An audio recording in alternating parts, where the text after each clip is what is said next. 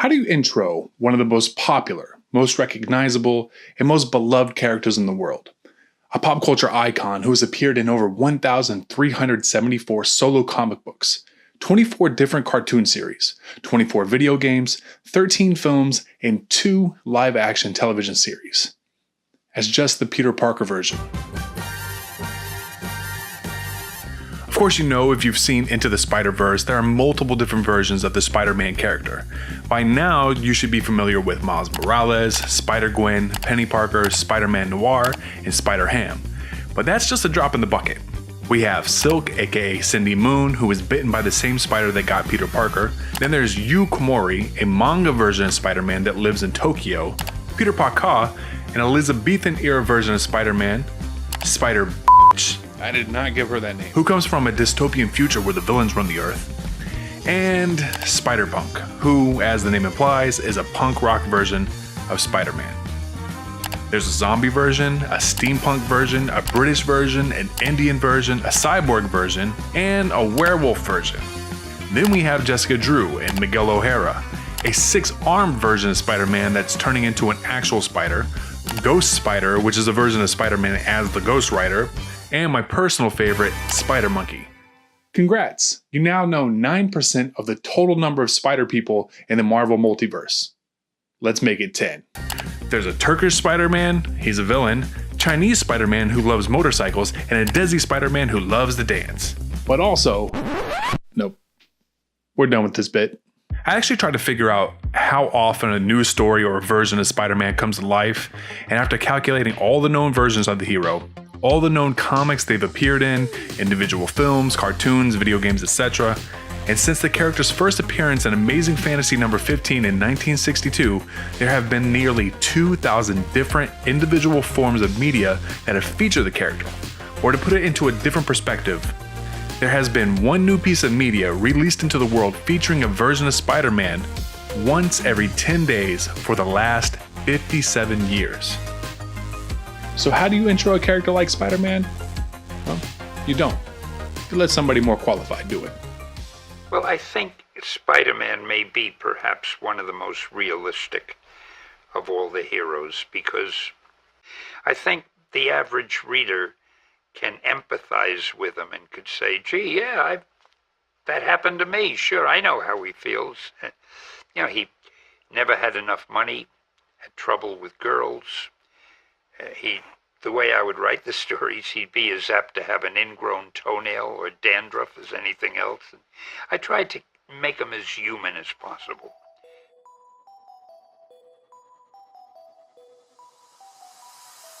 There was something special about the way Stan Lee spoke about Spider-Man, how he highlighted what makes the character more human and superhuman. And this was deliberate. The character was designed by Stan Lee and Steve Ditko to serve this exact purpose of being an analogy for young people and what they experience in everyday life, and how ultimately, no matter how bad things are, you can always overcome it. It's what gave rise to the notion that anyone can wear the mask. Anyone can wear the mask. You could wear the mask. The core theme in the brilliant animated film Into the Spider-Verse. And the main reason why we have so many different versions of the Spider-Man character to reflect our diverse world. Now, far be it from me to do a video about any of the spider people when there are countless of other more qualified creators who already answered so many questions about the wall crawlers, from their philosophy to their history, their horror comic roots, their physics, and on and on and on. But I wanted to scale things down a bit. In 1967, 5 years after the first appearance of Spider-Man, psychiatrists Thomas Holmes and Richard Rahe studied the medical records of over 5,000 patients to determine if stressful situations may cause illness.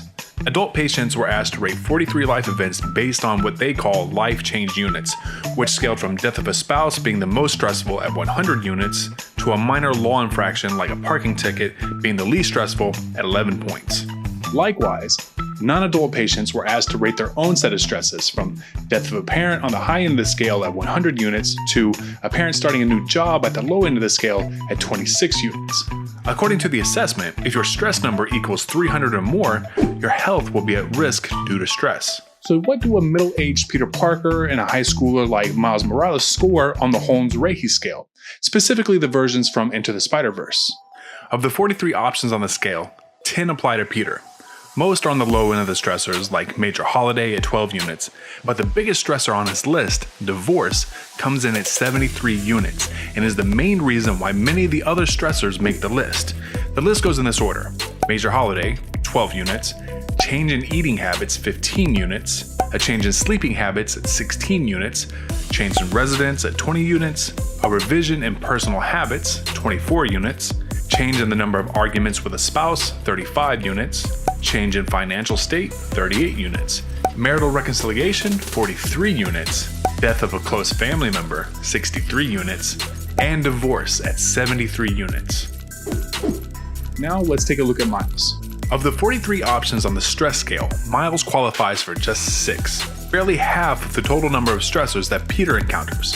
However, what he lacks in total number of stressors, he makes up for in units per stressor, and those are an increased absence from home or increased absence of a parent from home, that's 38 units, an outstanding personal achievement, that's 46 units, beginning to date, 51 units, change in acceptance by peers, like in the case of changing schools, is 67 units, the death of a close family member, 80 units, and a visible deformity like acquiring his new abilities, that would be equal to 80 units.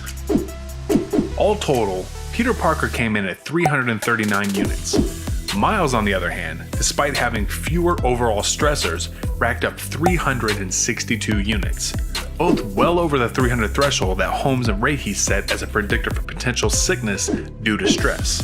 Believe it or not, these numbers are in line with the real world, which according to the American Psychological Association ranks millennials and Gen Zs as the most stressed generations in America. Millennials are more stressed than any other age group. A new Bankrate.com report shows 3 out of 4 people between 28 and 37 worry profusely about debt, money, and housing costs. Chronic stress can have a significant effect on your health. And while we all can take steps to reduce stressors before they happen by exercising, eating properly, and preparing in advance, there are some things such as a breakup, a layoff, or the sickness of a loved one that we can't anticipate. But what if we had spider sense?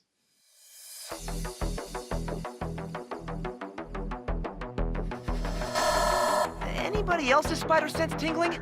Generally speaking, in the comics, Spidey sense is a sort of sixth sense that most Spider-Verse characters possess. It alerts a subject to incoming danger, causing them to react and avoid the threat. And believe it or not, this isn't necessarily science fiction. In real life, arachnids, some myriapods, and various other insects do in fact possess a sixth sense that can alert them to danger. While it's easier to notice in some spiders than others, all spiders are hairy. They're called slits and cilia, and each one of the hairs on a spider's body acts as a mechanoreceptor for said spider, allowing them to feel the world via even the slightest movement or vibration. It's actually not too different from the hair on your own body. Stick your arm out and run your fingers just across the top of the hair. Even though that same hair on your body doesn't have nerve endings, the hair follicles at the base of the hair inside the dermis is surrounded by touch receptors, meaning that even the slightest touch can be felt. This is the same thing spiders experience, but over 1,000 times more. Because in addition to the nerve-dense slits and cilia on the spider, they also have something called trichobothria, which is found only in their legs. It can sense fluid motion like breeze or the change in air pressure. All of this combined allows for the spider to experience the world through minute vibrations and movement in the same way that we experience the world through sight and sound. A spider's slits and cilia and trichobothria are so sensitive, in fact, it can actually sense light. Now, while it may be worse for one person than the other, in a situation like a breakup or an unexpected firing, all individuals involved would experience some of the physical effects of stress on the body, like increased heart rate. So if any of your favorite spider people were put in this kind of situation, their spider sense would indeed be sensitive enough to pick up even the slightest change in heart rate and perhaps other internal abnormalities like increased body heat that would indicate to them that they were about to receive some sort of bad news or that something wasn't right. This is very similar to how we see Daredevil use his abilities, except perhaps even stronger. Please, you have to believe me. I didn't kill him. I believe you. This means that pretty much any of your favorite Spider-Verse characters know in advance of any breakup, if they were about to lose their job, or potentially even the sickness of a loved one. Undoubtedly, this heightened sense of anticipation that something bad was about to happen would increase stress even further past that 350 range both Miles and Peter scored at, meaning that anytime we see these wall crawlers in the comics or on the big screen, they're likely dealing with some serious emotional and physical effects of stress. And yet, much of the time when we read or watch any of the Spider people in action, they're still taking care of their great responsibilities and even joking along the way. This brings me back to the concept that anybody could wear the mask. You see, being a hero isn't about fighting big bads like Wilson Fisk. It's about getting up when you've been knocked down. It's about facing your own adversity head on. And it's about being there for a friend when they need you most. In September of 2017, my home, Florida, was hit by Hurricane Irma. It was the 6th largest hurricane on record. It caused $68 billion in damage and killed 134 people, including 72 specifically within the state. MegaCon Tampa Bay took place just 1 week later, and in light of the events, decided to hold a fundraiser to support the victims of Hurricane Irma. One man who was not previously scheduled to attend traveled all the way from LA to raise funds, and that man was Spider-Man co-creator Stan Lee. Nobody knew it at the time, but as it turned out, this would be one of his last convention appearances.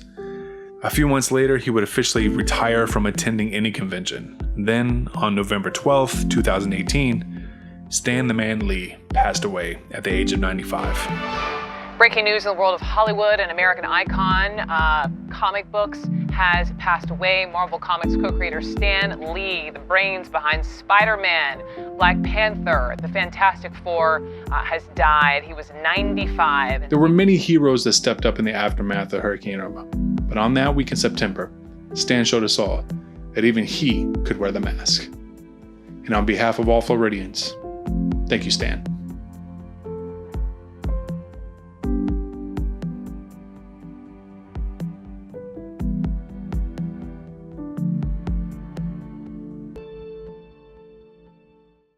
What's going on, Inquisitors? Thank you so much for joining me on this month's episode of My Dumb Question on Air. And a big thank you to Raul from Miami, who actually was the inspiration to this specific episode.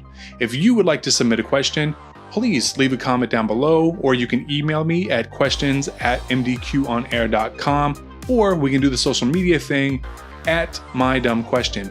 Specifically right now, since we're kind of taking our show in the path of following the big movies coming out, we're really looking for questions about Captain Marvel right now, since her film is coming up. So if you have any questions about Captain Marvel, please hit us up and let us know, and we will answer that. So with that being said, remember, you can always catch us on Thursdays at 8 p.m. Eastern Time at twitch.tv/mydumbquestion, where we just have a chat. You can come in there and have a chat with us. Additionally, you can always find us here on YouTube and The Identity Tampa Bay. Thank you so much. We'll see you soon. Peace.